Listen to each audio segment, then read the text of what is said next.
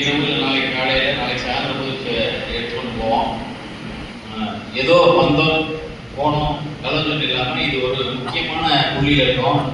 ஐயா டெல்லியிலேருந்து சௌத்ரி வந்திருக்காரு. அவர் வந்து முக்கியமான பதவி. அவரோட கலந்து ஆலோசனை அவர் பேசுவார். வாழை ஆராய்ச்சியிலேருந்து மண்ணிய நிபுணர் ப்ரொஃபஸர் அவர் வந்திருக்காரு. அவரோட முடிஞ்சிடும். அது அவருக்கும் இந்த இந்த இந்த காலநிலை மாற்றத்துக்கான இந்த வாழைகள்லாம் இன்னைக்கு எப்படி இருக்குன்னு அதையும் அவர் பேசுவார். அது சம்பந்தம் தெரிஞ்சுக்கணும். ஒவ்வொருத்தரும் பேசுறதுக்கு வந்து கட்டாயமா குருசாமி ஐயா ஒரு குரூப்பு போட்டு கொடுப்பாரு. அது வந்து மாற்று கருத்து இல்லை. எந்த நிகழ்ச்சியா இருந்தாலும் ஒவ்வொரு தொடக்க பள்ளியில் தான் நடக்கும். ஒரு பல மாவட்டத்தில் வந்திருக்கீங்க, பல அமைப்புகள் வந்திருக்கீங்க, இயற்கை விவசாயிகள் மர வளர்ப்புல வந்திருக்கீங்க. கொஞ்சம் பொறுமை காத்து இந்த நிகழ்ச்சியை காலத்தை வீணடிக்காம இதை அடுத்த கட்டத்துக்கு எடுத்து போகணும். காலத்தை வீணடிக்காம அடுத்த கட்டத்துக்கு எடுத்து போகணும். இந்த நிகழ்ச்சியோட நோக்கம் தான். அவர் வந்து கிட்டத்தட்ட 75 வயசுக்கு அவர் வந்து நடக்க முடியாம தங்கபால் காலேஜில் நிகழ்ச்சி நடத்தினப்பெல்லாம் அவர் ஒரு ஆக்சிடென்ட் ஆகிட்டார். அவரை வச்சுட்டு கிட்டத்தட்ட எல்லாம் நடந்துச்சு. அந்த நிகழ்ச்சி சாதாரண நிகழ்ச்சியில் பசுமை வீடுகளில் நல்லா எழுதியிருந்தாங்க. எல்லா மக்களும் வந்திருந்தாங்க. இதனோட தொடர்ச்சி தான் இங்கே. யாரும் சிம்பிளா சிறப்பா எடுத்துட்டு போகணும். ஆனால் அலட்சியப்படுத்தக்கூடாது. இதான் முடிச்ச நோக்கம். ஒவ்வொருவரும் ஒரு மரங்கள் இப்படி முன்னாடிலாம் வச்சிருப்போம். பல்வேறு இருக்கும். அதாவது ஆடிப்படத்தில் போடுவாங்க. தட்டப்பயிறு, நரிப்பயிறு, மொச்சை இதெல்லாம் போடுவாங்க. அது மாதிரி நீங்கள்லாம் பணப்பயிராக மாறிட்டோம். ஒவ்வொரு இடத்துலையும் ஒவ்வொருத்தரும் மழை நீரை சேகரிக்கணும். ஒரு மழை நீரை சேகரிக்கணும். மழை நீரை சேகரிக்கிற பக்கத்தில் மரங்கள் இருக்கணும். அது வந்து மாடுகளுக்கான மரங்கள் இருக்கணும், ஆடுகளுக்கான தீவனம் இருக்கணும், மீன் வளர்ப்பு, வாழை, பாக்கு, இந்த தென்னை எல்லாமே இருக்கணும். இதுதான் ஒருங்கிணைந்த பண்ணை. இப்போ எல்லாமே இப்போ சொன்னார் தலைவர், எல்லாமே மக்காச்சோளம், எல்லாமே கருப்பு, எல்லாமே வாழை, எல்லாமே பண்ணத்தக்கு, எல்லாமே பாக்கு, இந்த மாதிரி போடக்கூடாது. இதுதான் நம்ம காலநிலை மாற்றத்துக்கான பயிற்சிகள் உண்டாகும். பருவத்தப்பின மழை, பருவத்தப்பின மழை. இப்போ நீங்கள் பங்குனி மாதம் மழை பெய்யுது, பங்குனி மாதம் போனால் பசு குடிக்க மழை தண்ணி இருக்காது அப்படிம்பாங்க. அதனால ஒவ்வொருத்தரும் அந்த பல்லுயிர் பெருக்கிறதுக்காக நம்ம செய்யணும், அந்த வேலையை செய்யணும். தண்ணீர் முக்கியம். இப்போ இந்த வருஷத்துல வந்து ஒரு சில இடங்கள்ல தான் தண்ணீர் மழை பெய்திருக்கு, பருவமழை பெய்திருக்கு. இந்த மாதம் செவ்வாய்க்கிழமையில பிறகுது மாதம் அதிக வறட்சி வரும். தண்ணீரை சீக்கிரமா பயன்படுத்தணும். இந்த நம்ம தண்ணீரை வச்சுக்கிட்டு இருக்கிற தண்ணீரை வச்சு எப்படி பண்ணணும், விவசாயம் பண்ணணும்னு சொல்லி இந்த கல்லூரியில் இருக்கக்கூடிய பேராசிரியர் சொல்லுவாங்க, வந்துக்கூடிய சைனி சொல்லுவாங்க. நீங்க எப்படி செய்யறீங்கன்னு சொல்லணும். அதான் இந்த நிகழ்ச்சியோட நோக்கம்.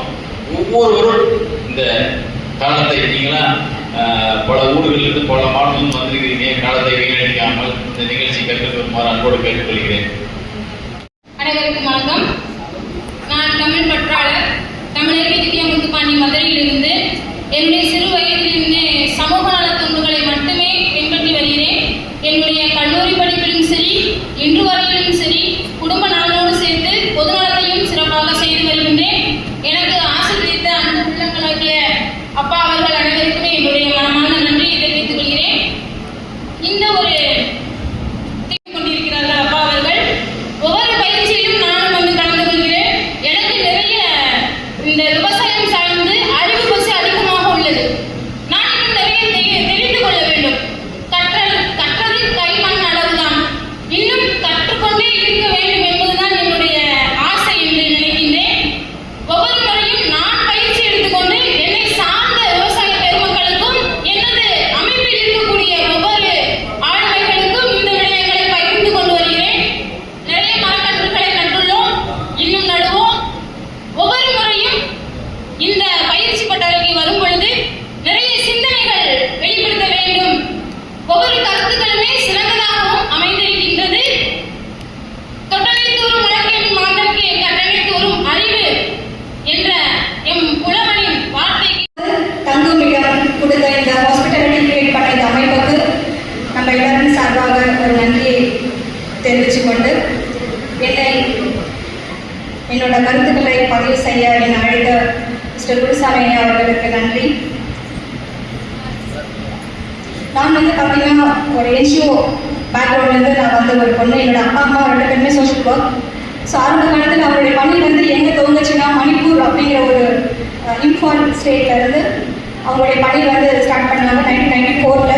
இன்னைக்கு வந்து பார்த்தீங்கன்னா 32 இயர்ஸ் ரன்.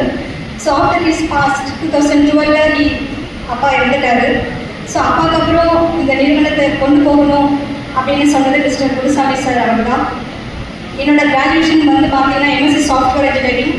ஸோ நான் வந்து ஃபைனல் இயர் படிச்சுட்டு இருக்கும் பொழுது இந்த நிகழ்வு வந்து நடந்தது. அவருக்கு நான் என்ன படித்தேன் எதுவுமே தெரியாது. ஸோ உங்கள் பொண்ணை போட்டுக்கோங்க, பொண்ணு உங்களுக்கு ஹெல்பிங் டெண்டன்சி இருப்பாங்க அப்படின்னு சொல்லிட்டு அதுக்கப்புறம் நான் பல ஆர்கனைசேஷனில் போயிட்டு வாட் இஸ் மீன் பை அட்மின்னா என்ன, அக்கௌண்ட்ஸ்னா என்ன, டேட்டானா என்ன, ப்ராஜெக்ட்னா என்னன்னு நான் கற்றுக்கிட்டேன்.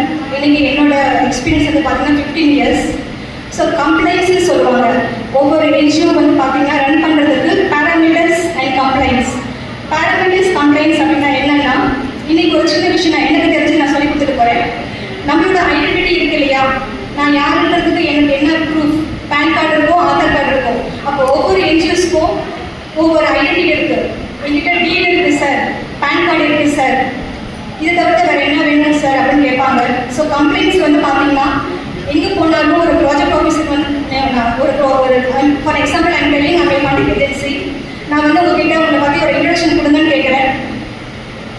உங்களை பற்றி முழுசாக டிஸ்கிரைப் பண்ணாமல் வித்தின் 2 minutesல நீங்கள் இன்ட்ரடக்ஷன் எப்படி கொடுக்கணும், how to give introduction about your self and about your organisation within 2 minutes அப்படிங்கிற எனக்கு சொல்லிக் கொடுத்தாங்க.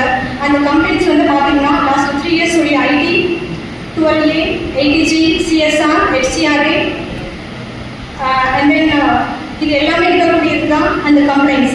அண்ட் தென் இப்போ நீங்கள் ஒரு 30 years சொல்கிறீங்களா, 20 years சொல்கிறீங்களா, உங்களோட என்ஜிஓஸோட எக்ஸ்பீரியன்ஸ், உங்களோட மேஜர் ஆக்டிவிட்டிஸ் என்ன, எதை பேஸ் பண்ணி அப்பார்ட் ஃப்ரம் யுவர் எஸ்எஸ்ஜி.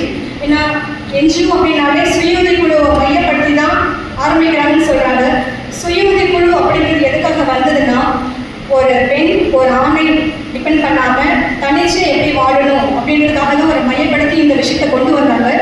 ஆனால் உங்களுடைய நிறுவனம் எதை மையப்படுத்தி போயிட்டு இருக்கு, அப்பார்ட் ஃப்ரம் யுவர் எஸ்எஸ்ஜி, அதை நீங்கள் பண்ணுங்க.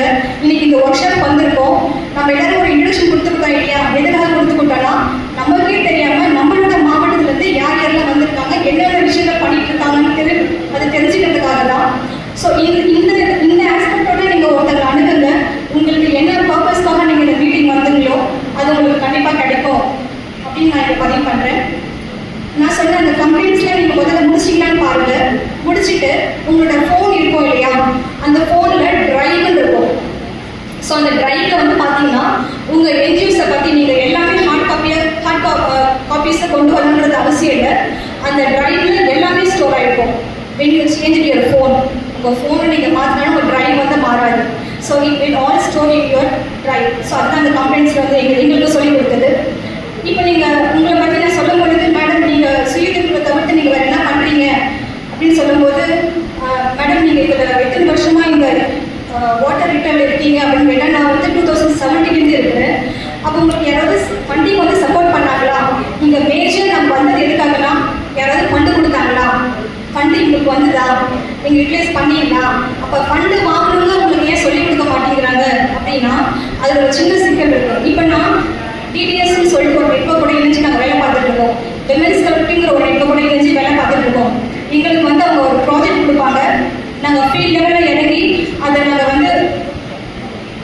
அதை வந்து நாங்கள் மக்களுக்கு நாங்கள் சப்மிட் பண்ணுவோம். இப்போ நாங்கள் ஒரு டிஃபிகல்ட்டிஸ் நாங்கள் ஃபேஸ் பண்ணியிருப்போம் இல்லையா. அப்போது for example, madam green colour சனி கிடைக்கிறீங்க இல்லையா, உங்களுக்கு நான் அந்த மேடம் ப்ராஜெக்ட் நீங்கள் வந்திருக்கீங்க, ப்ளீஸ் இந்த ப்ராஜெக்ட் நீங்கள் என்னோட சேர்ந்து பண்ணுங்கன்னு சொல்லும் பொழுது வி வில் ஸ்ட்ரெஸ் இல்லாமல் சோஷியல் ஒர்க்குங்கிறது ஃப்ரீயாக நம்ம பண்ணணும். ஆனால் நீங்கள் வந்து இந்த பொண்ணால் நான் ஏகப்பட்ட கஷ்டத்தை அனுபவிச்சேன்னு நீங்கள் சொல்லிடக்கூடாது.